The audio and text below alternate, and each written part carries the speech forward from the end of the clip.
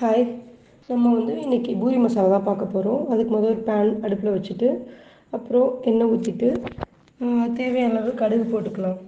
கடுகு நல்லா பொரிஞ்சதும் ஒரு ஸ்பூன் கடலைப்பருப்பு, ஒரு ஸ்பூன் உளுந்து எடுத்து வச்சுருக்கேன், அதை போட்டுக்கலாம். அது நல்லா பொன்னிறம் ஆகிற வரைக்கும் நல்லா வறுத்துக்கணும்.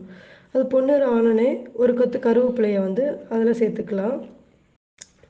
அதையும் சேர்த்து நல்லா வறுத்துக்கோங்க. அதுக்கப்புறம் நம்ம ஆல்ரெடி நறுக்கி வச்சுருக்க ஒரு பெரிய சைஸ் வெங்காயமும் ஒரு பச்சை மிளகாயும் சேர்த்துக்குவோம். பச்சை மிளகாய் கீறிட்டு சேர்த்துக்குவோம். ஏன்னா அது நம்ம காரத்துக்குன்னு எதுவுமே சேர்க்க போகிறதில்ல, பச்சை மிளகாய் மட்டும்தான். ஸோ அதனால் கீறிட்டு சேர்த்துக்கோங்க.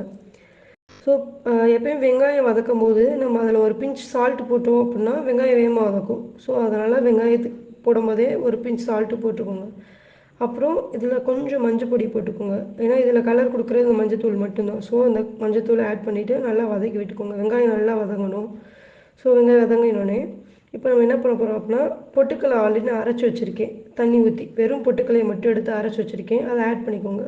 அந்த ஜார்லேயே கொஞ்சம் தண்ணி சேர்த்து அதையும் மிக்ஸ் பண்ணி ஆட் பண்ணிக்கோங்க.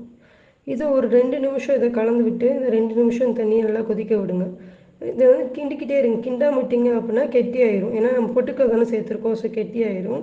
பொட்டுக்கல்னா கடலை மாவு கூட நீங்கள் சேர்த்துக்கலாம். ஸோ இந்த கேப்பில் என்னென்னா, ஆல்ரெடி நான் உருளைக்கிழங்கை 2 வேக வச்சு எடுத்திருக்கேன். அதை லைட்டாக மசிச்சு வச்சுருக்கேன். அதையும் ஆட் பண்ணிக்கோங்க. ஆட் பண்ணிவிட்டு இதை நீங்கள் நல்லா கிண்டிக்கிட்டே இருக்கணும்.